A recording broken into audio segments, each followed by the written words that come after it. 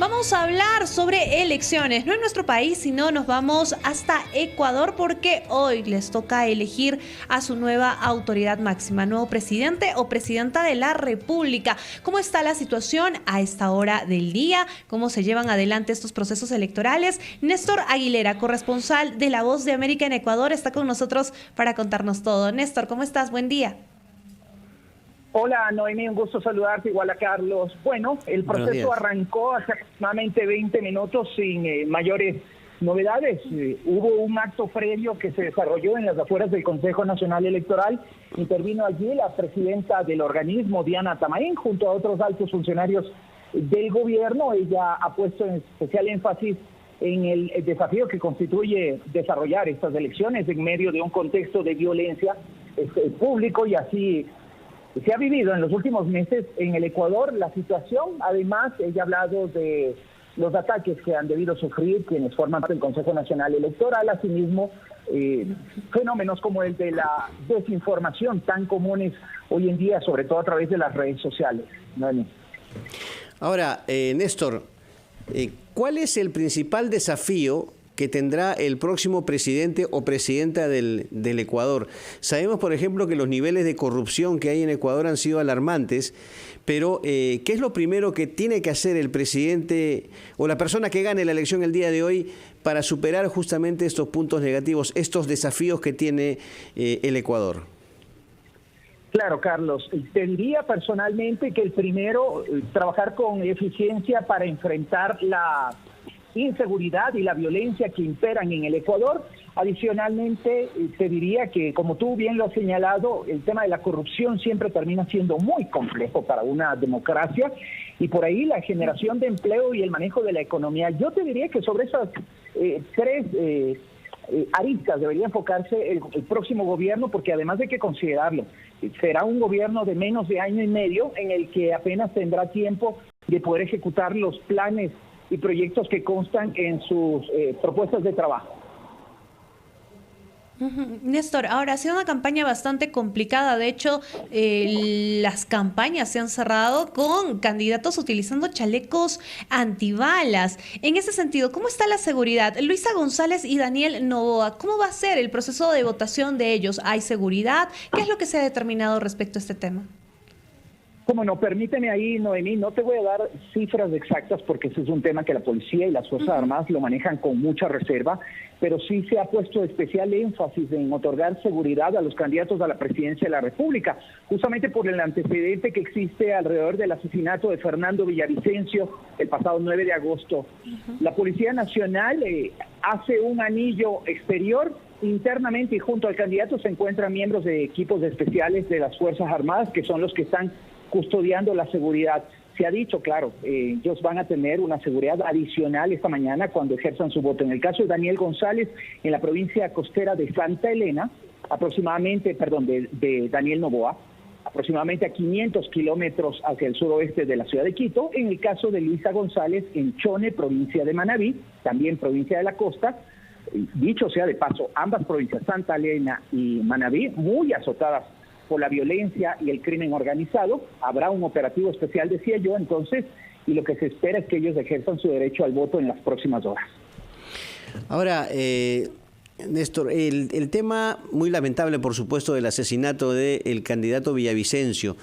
Evidentemente él se estaba acercando a la segunda vuelta en su momento, pero ¿quién de los dos ha aprovechado más esta oportunidad, ¿no?, de subir en las encuestas?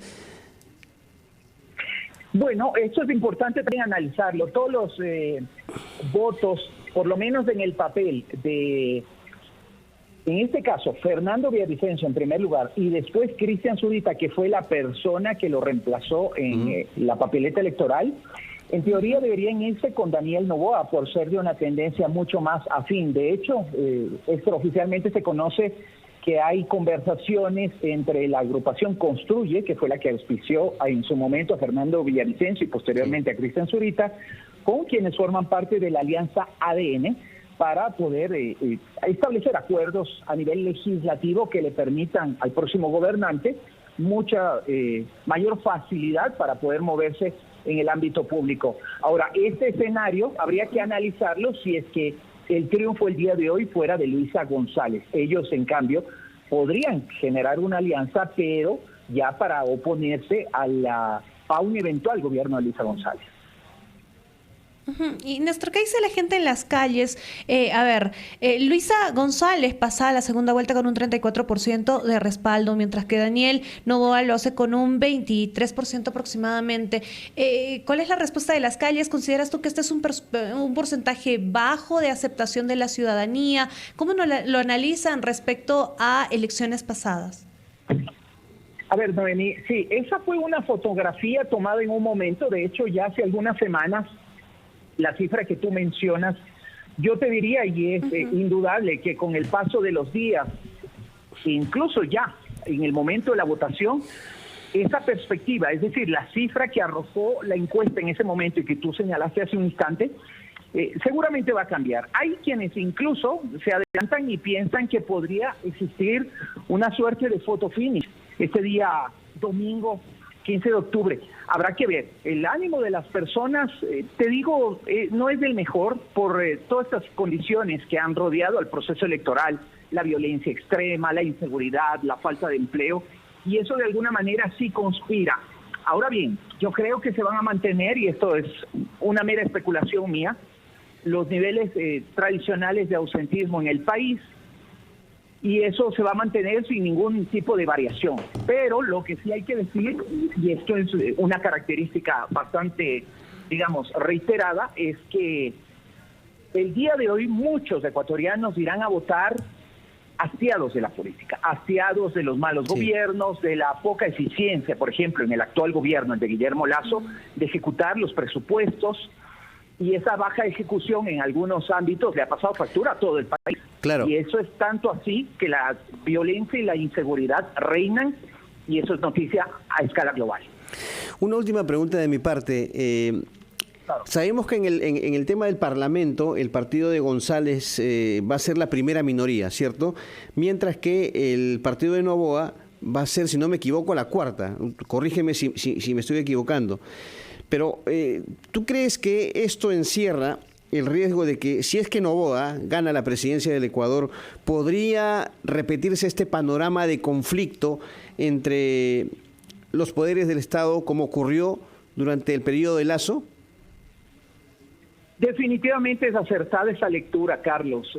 Me atrevo a decir yo que si se dan las cosas como tú lo acabas de señalar, el bloque que más se va a oponer a un eventual gobierno de Daniel Noboa, aspirante de derecha, va a ser el de la Revolución Ciudadana del expresidente Rafael Correa. Ya sucedió con Guillermo Lasso y no sería extraño pensar que eso ocurra nuevamente. Y te digo aquí ya por qué, porque quien presuntamente, o por lo menos suena como un posible candidato aspirante a ser el nuevo presidente del Legislativo, por el lado de la agrupación política Construye, que está en conversaciones con ADN de Daniel Noboa, es Patricio Carrillo. Él fue comandante general de policía, fue ministro del Interior durante el gobierno de Lenín Moreno y el inicio de este gobierno de Guillermo Lasso, y se dice que es una persona que se opone frontalmente al expresidente Rafael Correa.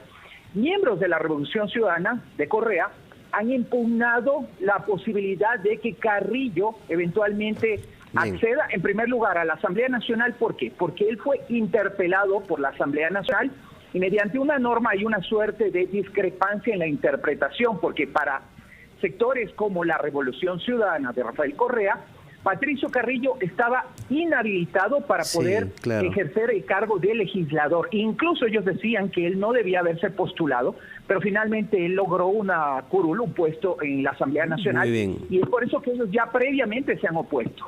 Efectivamente. Bueno, Néstor, muchas gracias por este informe tan completo desde Ecuador. Nuestro colega Néstor Aguilera, corresponsal de La Voz de América en ese país. Estaremos, por supuesto, en contacto más adelante, Néstor, cuando ya tengamos resultados oficiales de esta importante elección en vuestro país. Gracias, Néstor. Muy gentil de haber conversado con nosotros. 7:29 de la mañana, amigos de RPP. Vamos con los titulares y regresamos con más en RPP, La Voz de todo el Perú.